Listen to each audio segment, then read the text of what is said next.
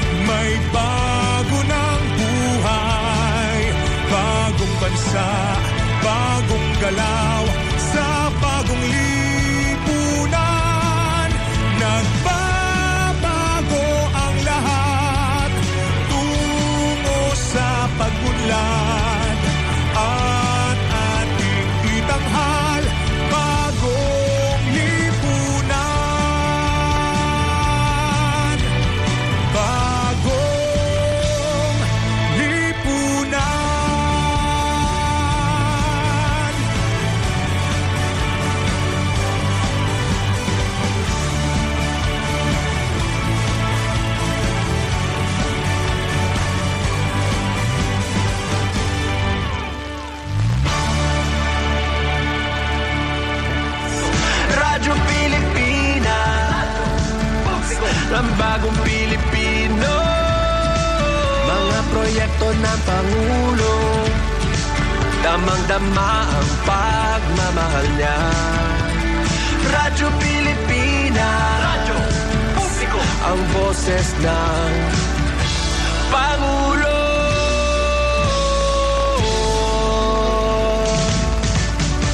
Karamay nyo kami, kahit malayo man kami nakakarating.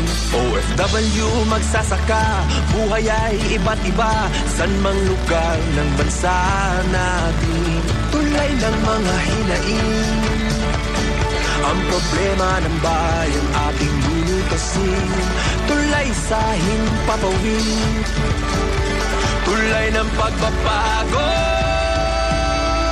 Radyo Pilipinas, radyo publiko ng bagong Pilipinas. Radyo publiko, Radyo Pilipinas, radyo publiko ng bagong Pilipino.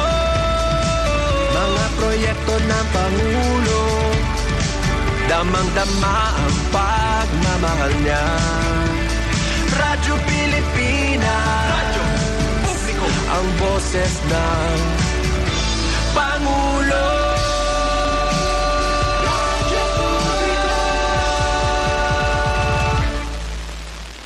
Radyo Pilipinas, radyo publiko, Radyo Pilipinas, Ito ang Presidential Broadcast Service. Radyo Pilipinas. Radyo Publiko Ng bagong Pilipinas para sa bagong Pilipino. Naghahatid ng mahahalagang balita at impormasyon na uugnay ng pamahalaan sa sambayanan. Tulay sa himpapawid ng serbisyo publiko. Radyo Pilipinas. Radyo Publiko. Ang boses ng Pangulo. Sa Mega Manila, 738. Radyo Pilipinas. Radyo Publiko. Philippine Standard Time. 2 minuto makalipas ang alas 6 ng umaga. Mula sa headquarters ng Presidential Broadcast Service.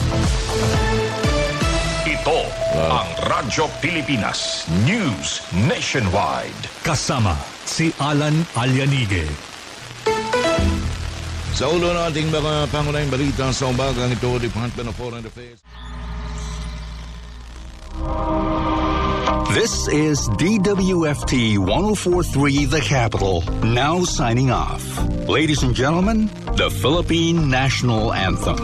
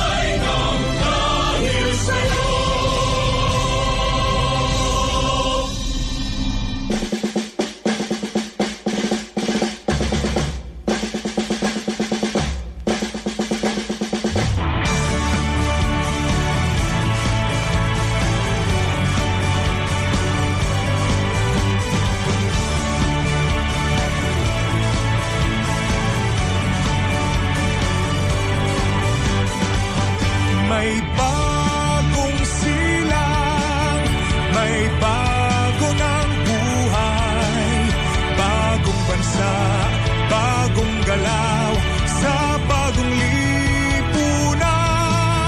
Nagbabago ang lahat, tungo sa pag-unlad, at ating itanghal, bagong lipunan.